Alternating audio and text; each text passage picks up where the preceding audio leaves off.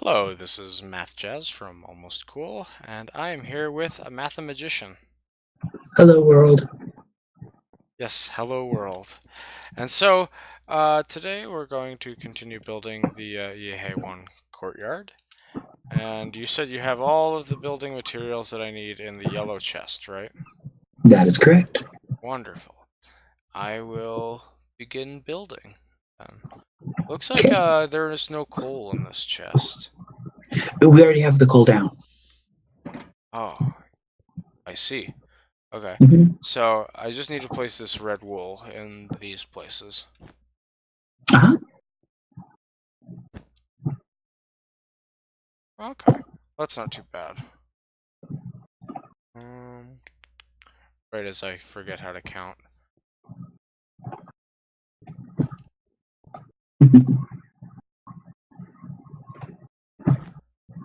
Okay, so, you had a visitor today at work. It's true. My friend from the place that I worked during the summer came and visited us at school. Oh, you said where you've worked before. That's not classified, is it? Oh, it's not. I just didn't remember if I'd said it or not. So I was at Sandia.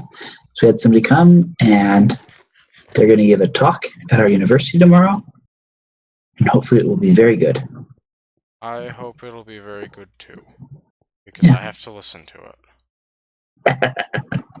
That's a good reason to hope that it's good. And then our advisor is trying to pull all kinds of strings to get undergraduates to do research with us and get paid for it. So that's the other reason why it needs to be good, is so that the university will say, oh, we really liked your talk so much that we're going to give you lots and lots more money. Oh, are they sending people to watch the talk? Sort of. The associate dean is supposed to come. Oh, that is really nice, actually. Yeah. He was there last week as well. Last week? When I did my talk. Really? I didn't realize that. I'm pretty sure that's who the fellow sitting, like, well, basically the only person that we wouldn't have recognized there. I think that was him. Okay. Well, you'll have to point him out to me not tomorrow, on Wednesday. Okay. Because that would be an interesting person to meet. I think that I messed this up already. Okay. Let me see. It should go.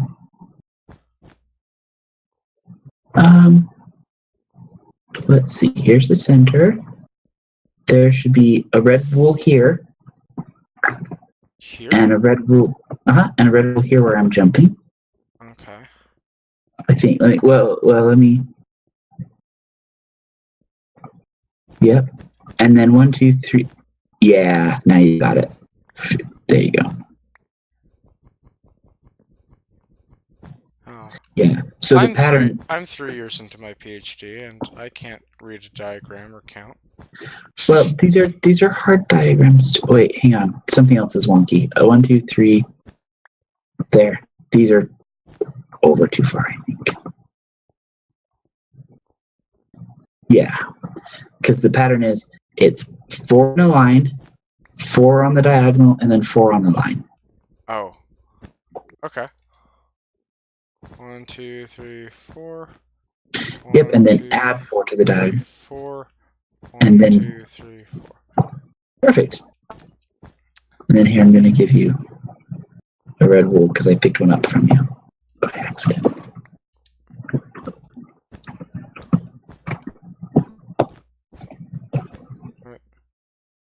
Oh no.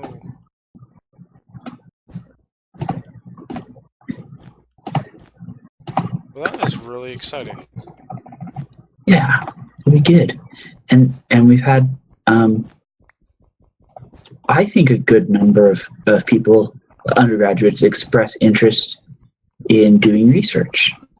Yes. Did you meet the two? Oh yeah, you were talking to the two today to give them Mm-hmm. information on I what they'd was be doing. Yeah, I was actually the one that invited them originally, sort of, because one of the people was a former student of mine, Okay. and the other was the spouse of the former student.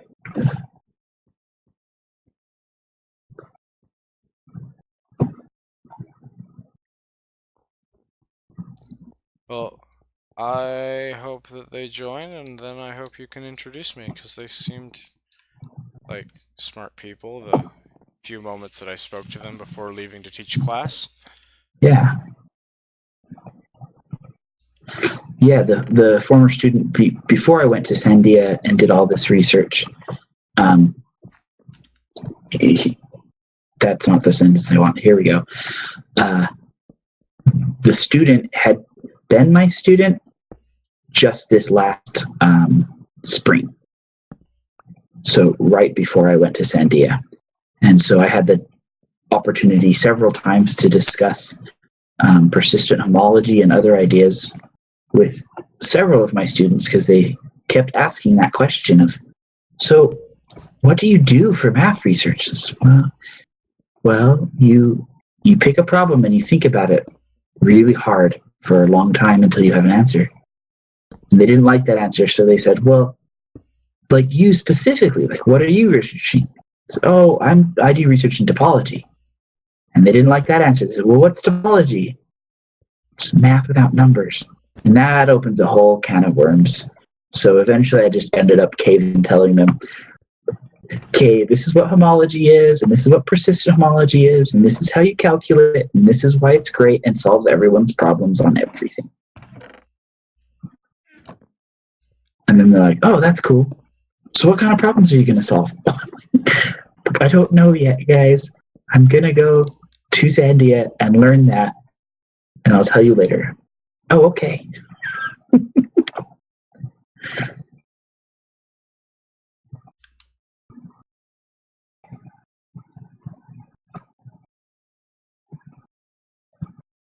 Okay, so all of the red blocks in the corners get built up, and all of the fences get built up, and then all of the white ones that are not corners, all of the red ones that are not corners get white added to them. Mm-hmm. And it'll be that you'll have to make concrete. So you'll need water buckets because I didn't grab those. I forgot. Sorry. That's okay. Yeah. So I'll need to build a scaffold. I am excited about this. I have not used any concrete blocks prior to this build at this moment. And I am interested to see how they look and how you build with them and all of that. So let me get some water buckets. It'll be fun. Okay. And then I would need some sort of scaffolding, so let me get some coarse dirt.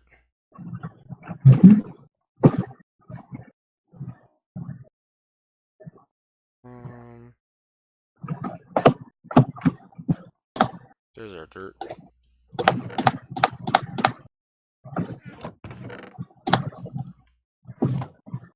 I'm gonna need more than that, I'm sure. Great.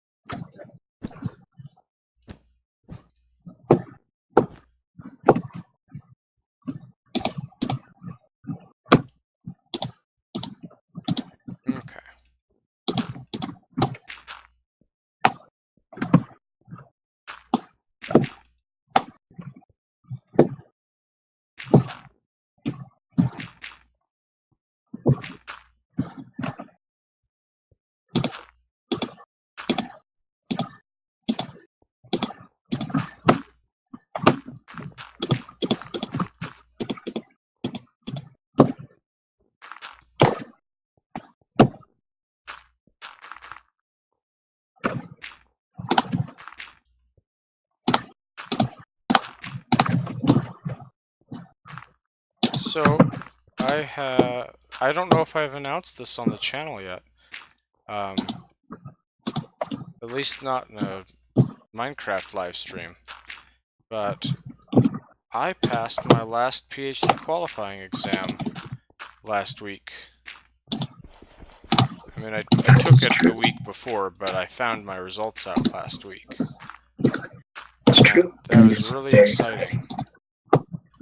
That means that the 3 things you have to do are your coursework, your qualifying exams, and your dissertation. And I am now done with both my coursework and my qualifying exams.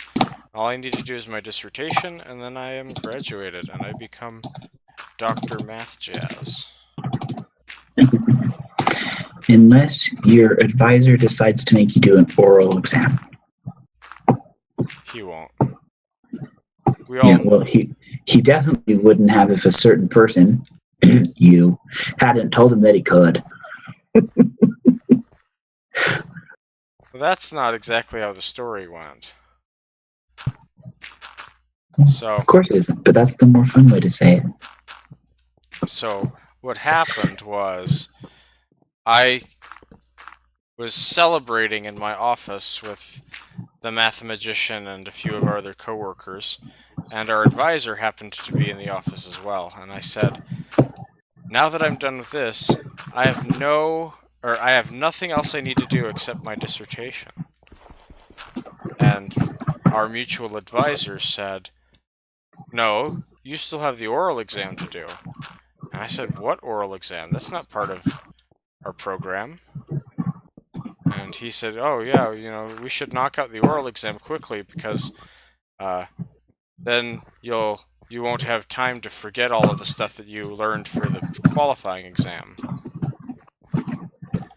And my companions, the mathematician and one other person, said that they didn't believe that there was an oral exam.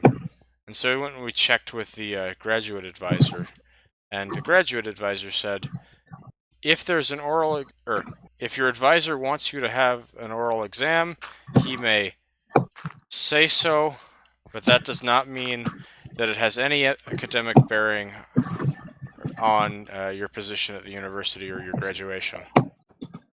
And so I came back to our advisor and told him that. I was like, so the good doctor graduate advisor said that you can give an oral exam, but that it doesn't count for anything.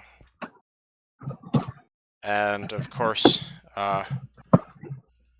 all that our advisor cared about was that we could have an oral exam. Yep.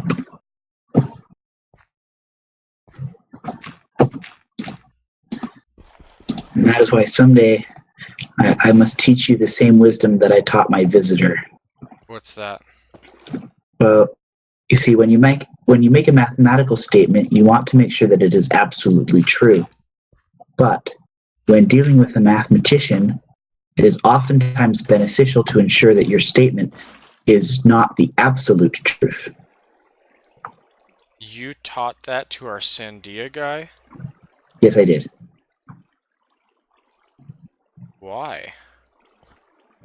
Because he has to work with our advisor, and he finds it incredibly difficult because he has not learned the following further application of this principle, which is, if a project would take you a month of work nonstop to complete, you must not state that it will take you a month, because then certain people will say, oh, well, I need it in 3 weeks. Not because they actually need it in 3 weeks, but because they just will. So instead, you must say that you can produce maybe one paper in 4 months from now. And that way, when they say, well, I want it in 2, and you do it in 1.5, they're impressed and happy. And then they disbelieve you when you give them an estimate. No. You just must be. I mean, you finish it in a month and a half, and you just don't give it to them until it's 2 months, and you let them know how hard and difficult it was to get that done in the undercut time estimate that the timeline that they gave you. That feels dishonest. It is no, because my statement is absolutely true that I give, which is I could finish the paper in 4 months. See, there is nothing false in that statement, nor is there any false implication in that statement. Now, if a person chooses to interpret that statement to mean that I could only do the paper in 4 months, well, then that's their problem. Oh, these white concrete blocks are very pretty. I'm glad you like them. I also think that they're kind of trouble to place in place, aren't they? A wee bit. However, what you might consider doing is not scaffolding both sides, since it is just water. Letting it douse the torches, and just having a wall of water that you place it in. Okay. Ooh, especially if you put the dirt wall on the outside of your ring and then stop up these little holes on the bottom, because that way it'll only flood like that little inner circle that you've got. Okay. Here we go.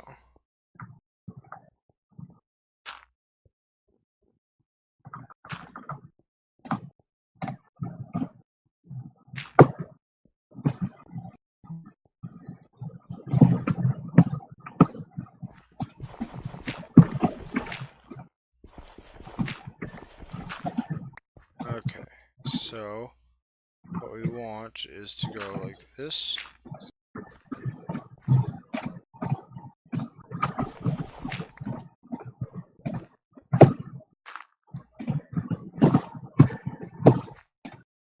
Ooh, I also found out that apparently I can talk about the goal of one of the projects that I thought I couldn't talk about.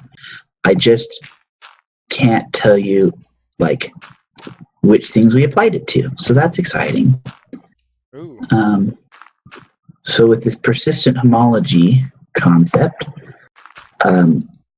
it's useful for studying how things are connected, and there's a paper that was already done on studying the roughness of a surface. And from that, we had an idea of using it to, and it's a really weird connection, but we figured out a way to apply persistent homology to seismic data.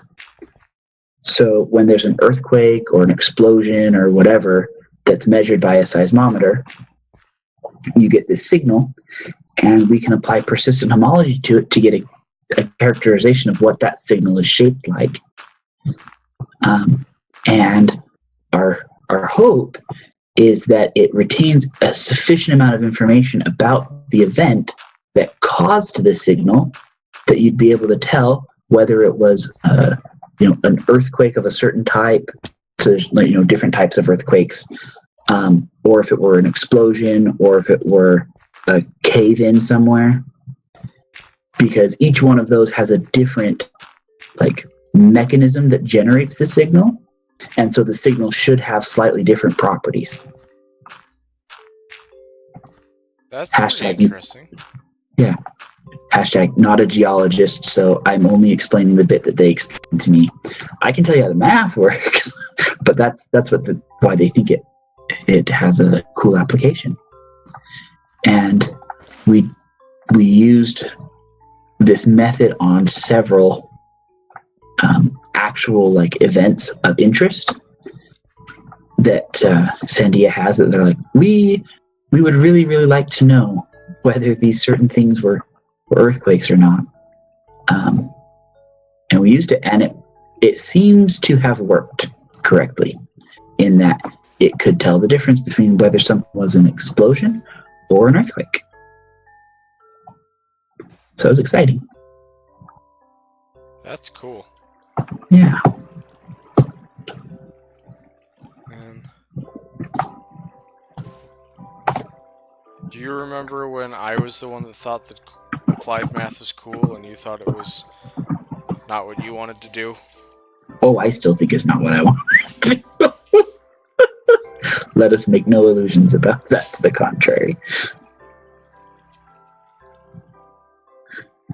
But yes, I do recall that there was a time when you were a misguided youth, thought that applied mathematics sounded like a good idea. Oh, I still think it's cool. You're still a youth, I guess. I guess.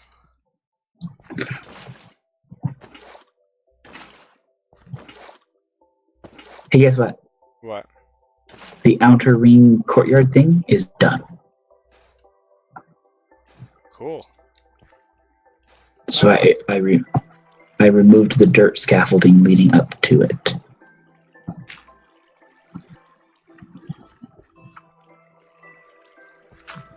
You've made quite a mess, young man.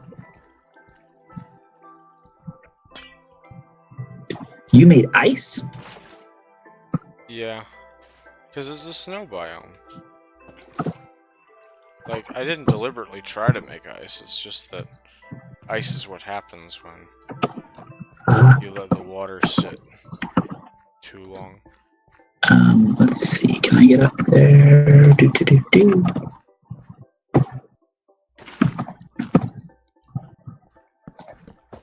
Okay, I have placed torches on top of your dirt, so you should no longer get ice. That is true. I only got the one thing of ice, though. Okay. But getting more than one thing of ice is probably gonna be obnoxious.